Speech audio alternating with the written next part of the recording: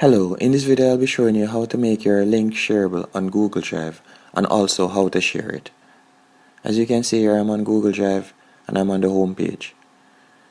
And for instance, you wanted to make this video shareable, you click on the three dots in the top right hand corner.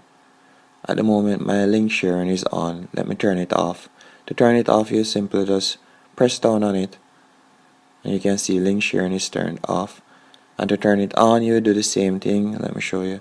You press down on it and turn it on. That allows you to share the link. And then to copy the link, now you press back the three dots and simply press on copy link.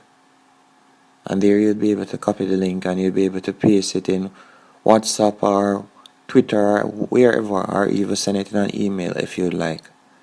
Another way that you can also share a video link on Google Drive is by, as you can see here, this is a video. Let me show you.